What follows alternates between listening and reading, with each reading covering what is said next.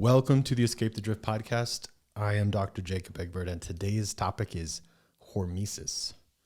Now, hormesis is a term or a word you likely have never heard, and it's used in many different ways. Hormetic response, hormesis, hormetic. And so I'm just going to introduce briefly the concept of hormesis and the hormetic response. Now, hormesis is this term of essentially describing a bell curve of benefit and cost. So cost benefit. Now the bell curve is important because at the beginning, low level of the stimulus, let's say, is bad or does not benefit you. And as you add more, it becomes beneficial. And then as you add even more, it becomes bad for you again, or deleterious, or some sort of negative feedback. So some examples, this will be real clear. A hormetic stimulus that we're all familiar with is exercise. If you do not exercise, so low on one end, and as you start to exercise, the benefit rises. As you continue to exercise, it can become negative. So too much exercise, too little, too much, perfect amount. Food, similarly, if you don't eat enough, you starve. If you eat too much, you become metabolically compromised, overweight, etc., poisoned by whatever that is. Drinking water, similarly. You don't drink enough water, you become dehydrated. You drink too much, you can become hyper or hyponatremic due to hyper ingestion of water. So this concept of hormesis is really obvious in many, many ways. So time with your family. Too little, you become lonely and you miss them. There's a perfect amount where the peak experience exists, and then too much and you start to get tired of each other. Similarly, with a partner or a spouse, you have a similar hormetic response. Now, similarly, and what I want to talk about today are some very common or newly common and somewhat sensational things that people expose themselves to. And these are ice baths and sauna. So the heat and the cold. Now, I'm going to also add in a number of other exposures that I want to talk about within this hormetic concept or hormesis. So everyone is seeing people that I don't think you can take an ice bath without posting it on Instagram. And I have done this many times, of course, because I think there's this associated high. And with all things that create a high or this high level of dopamine, the natural human response is to share it with others. So I use this example all the time. If you're a hunter-gatherer and you are out foraging and you came across a loaded fruit tree, you would have this overwhelming dopamine response of, yes, I've won, I found the gold. And you're going to eat some, you're going to load up your basket or whatever it is, and you're going to run back to the tribe, your people, and be like, hey, everybody, there's this amazing tree full of fruit. Come get some. And that type of sharing with others has been a survival mechanism that has promoted human existence due to our collectivism. Now, as humans, we are a collective organism. And of course, we're all intertwined and reliant on each other. And therefore, our survival is dependent on the survival of others. And therefore, we are rewarded when we benefit others. So when we share our good fortune with those around us, that ensures our own personal survival and therefore the propagation of life. So back to the ice bath. You get in the ice bath and you're just flooded with dopamine. You just feel amazing. You have this high and you're like, I've got to share this with everybody. So of course, next time you do it, you're going to get your little camera out and you're going to take a picture, video, whatever, and share it with the world through our current means of tribal communication, social media. Now, saunas are very similar, except for the unfortunate part of a sauna is most people's phones stop working when they're in the sauna for too long, especially the cameras. So if you're in there for very, very long, the camera's going to shut off and it's not going to work until it cools down. And then by that time, you're out of the sauna. Plus, an interesting thing with sauna is if you've noticed this, if you spend any appreciable amount of time, my wife and I do this regularly. We sauna for a 45-minute span. So we have a little 15-minute timer. We flip it 3 times. Now, the first 30 minutes is great, and the last 15 becomes very challenging. Now, this is where that hormetic response becomes key. That no sauna or very little exposure to heat is negative. It doesn't have the stimulus that benefits you as it goes up the curve. And then there's that sweet spot of just enough, and then it becomes potentially dangerous, if not deadly. And we're going to get into that. So that last 15 minutes is, to my experience and my knowledge, the sweet spot of the sauna. Now, one of the things that sauna is so good for is the cardiovascular benefit. It simulates the benefits of exercise, actually. And in so doing, it has this wonderful effect on cardiovascular function and fitness and overall health. One of the postulated reasons for this is that it increases heart rate and it actually physiologically simulates exercise, as though you are actively exercising, because your heart rate will elevate and therefore it pumps more blood, you're vasodilated, it just increases circulation throughout the entire body, and overall very beneficial. Now, that doesn't really occur in the first 20-ish minutes until your body temperature reaches a certain point or a threshold where it starts to say, oh no, this is dangerous. We need to adapt to this stimulus. And that happens that last 20 minutes, maybe the last 15, and if you do a 45-minute cycle like we do. Now, an interesting thing with that, the reason I even bring this up, in this one particular point, is during that last 15 minutes, we always get in an argument or we just start getting short with each other. We've recognized this to where we are aware of it, to where we can bypass that, but we noticed it previously. And the reason is because as your heart rate starts to rise, you go into a neurological state of fight or flight. You're in the sympathetic tone. And essentially, you're in a conflict zone. And whenever your body is in that fight or flight or that sympathetic tone, you have the inability to connect with another human. And that's just the reality of our nervous systems. When we are in that emergent or urgent setting or state of being, we cannot have intimacy or connection or safety because we are in a neurologically driven state of unsafety, danger, essentially. And that's really the point that I want to get to. But so we've guarded ourselves against that. Whenever we flip that timer for the last time, we're like, okay, we're not going to argue. And then you just don't, because you recognize it and you can head it off. But the point of that being that your heart rate's elevated, you are in that fight or flight, and that high heart rate zone is actually what's beneficial for your physiology. It's like you're exercising.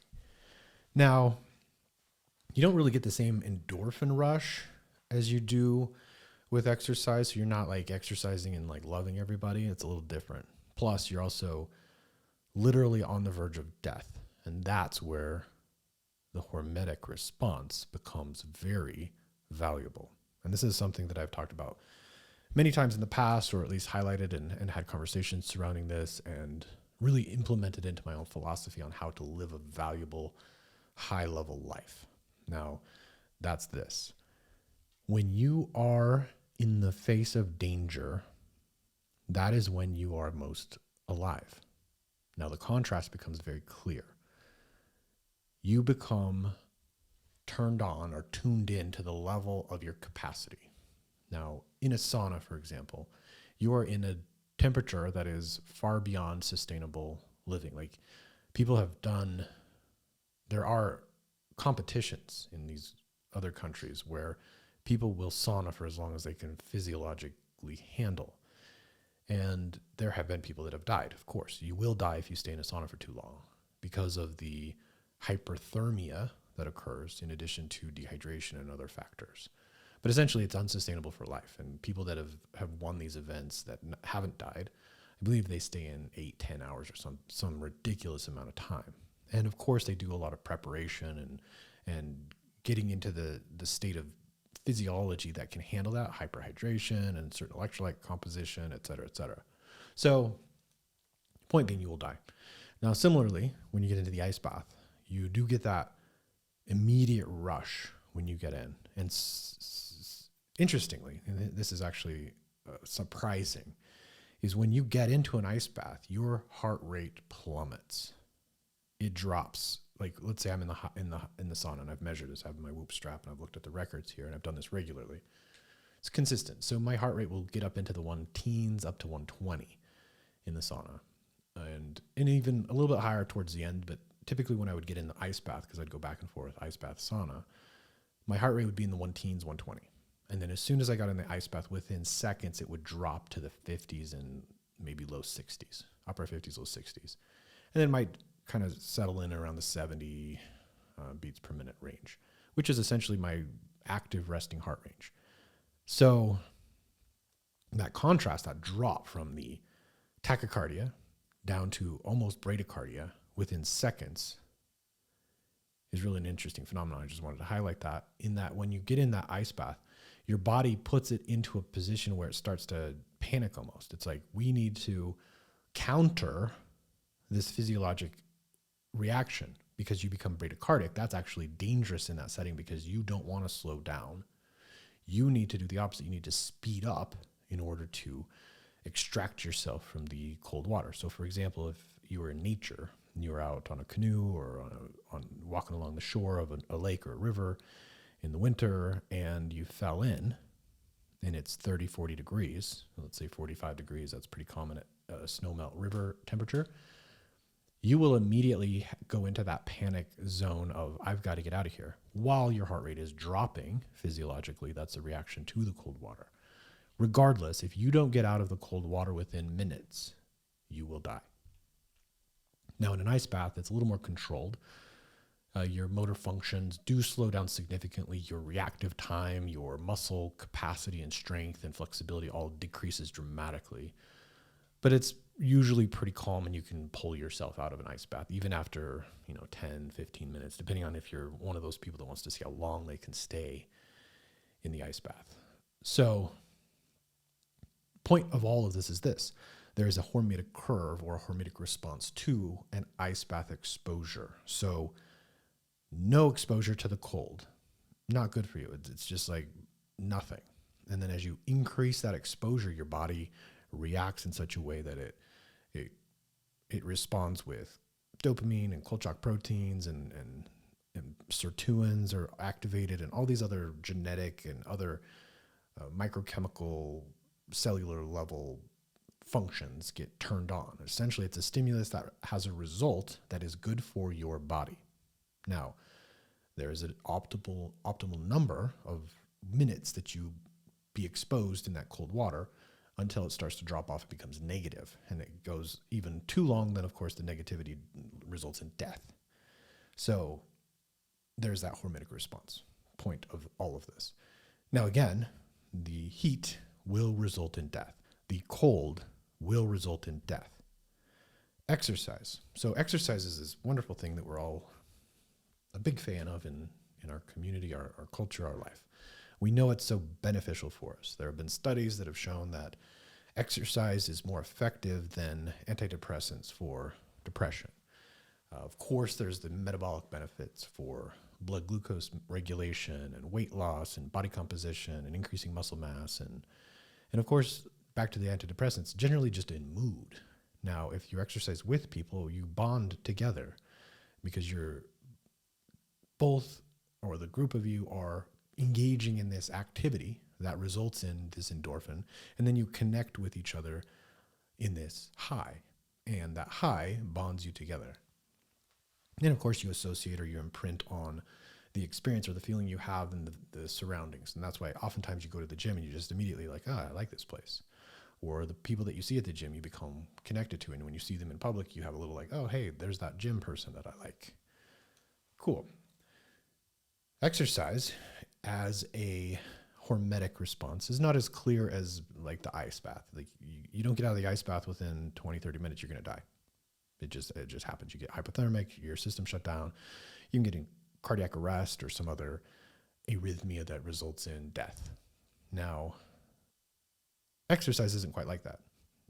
Typically, you have other factors that will stop you from exercising before you die, but you definitely can push yourself beyond certain limits that can result in significant damage to your body and ultimately death or significant damage.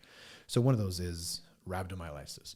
Rhabdomyolysis is an unfortunate event that can occur physiologically with excessive exercise.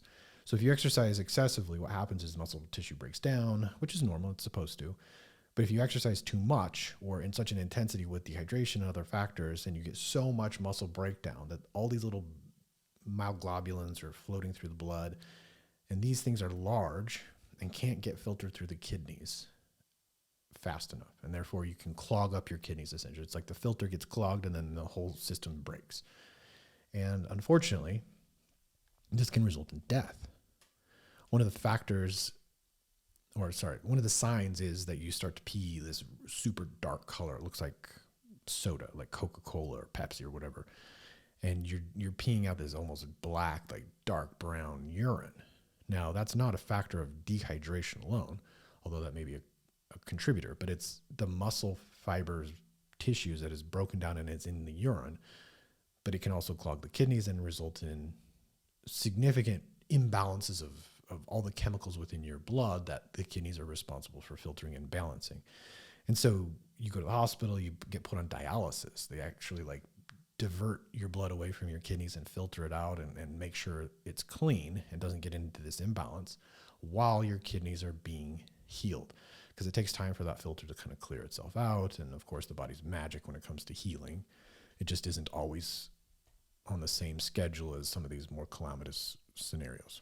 So, hormesis with exercise. You can overdo it to the point of death. Now, this is an interesting topic to look at for life. So, exercise being one of those beneficial things that if you get close to death, meaning you get close at that high intensity of exercise, but you haven't tipped over into this super damaging level of exercise that can result in rhabdomyolysis, among other problems. You can get dehydrated to the point where you get another cardiac arrhythmia that can result in heart attack and other things, or imbalances in the blood-brain scenario with electrolyte loss, et cetera, that can result in brain swelling. And there's so many ways to die. But essentially, when you get close to that, close to the death zone in exercise, that's where all the gains are. That's where all the benefit is. And that's where all of the body's mechanisms for adaptation occur, because you've pushed yourself to that limit. Similarly, with just like a single exercise, if you're going to go do a bicep curl, well, you can bicep curl a 10-pound dumbbell all day long, and you might get some benefit from that. But if you go into a 5x5, for example, and you're bicep curling 50s and 60s for 5 reps, 5 sets, you're getting close to that really damaging zone, and that's where the gains live. So again, the hormetic response, where there's that peak of benefit.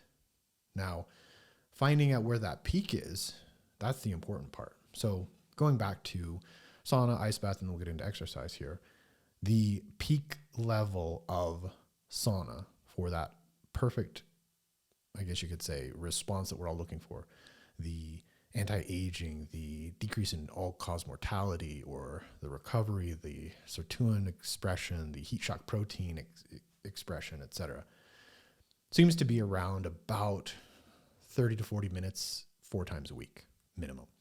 You can do that same dose, 30 to 40 minutes, 7 days a week, and that's going to be just as good as 4 days, apparently. Or you can go into these weird like methods that have been explained where if you want to maximize your growth hormone output, you get in the sauna 1 time per week for 30 minutes. You get out for 5 to 10 minutes and cool off. And you get back in for 30 minutes, and then you get out for 5 to 10 minutes and cool off. And then you get back in for 30 minutes and 5 to 10 minutes, cool off. And then get back in for 30 minutes for a total of 2 hours in the sauna. That's going to be one of the best ways to naturally boost growth hormone expression. Okay, cool. Nobody's going to do that 2-hour thing once a week unless you've got time. If you do, cool. So back to the ice bath. The dose response seems to be 11 minutes per week. And you may have heard these things on other podcasts or in other mediums, but this is a consensus from the scientific community. Essentially, 11 minutes in the sauna is ideal. Now, exercise, real quick. We're going to finish this up. 30 minutes, high intensity, 4 times, 5 times a week. Lift weights 3 to 4 times a week. Heavy, 5x5 seems to be really good for strength and capacity. And of course, cardiovascular fitness, just do what it takes. That is hormesis. And I know what my recording is about to stop, so I'm going to stop here and say, this is one way to escape the drift. And I am Dr. Jacob Egbert.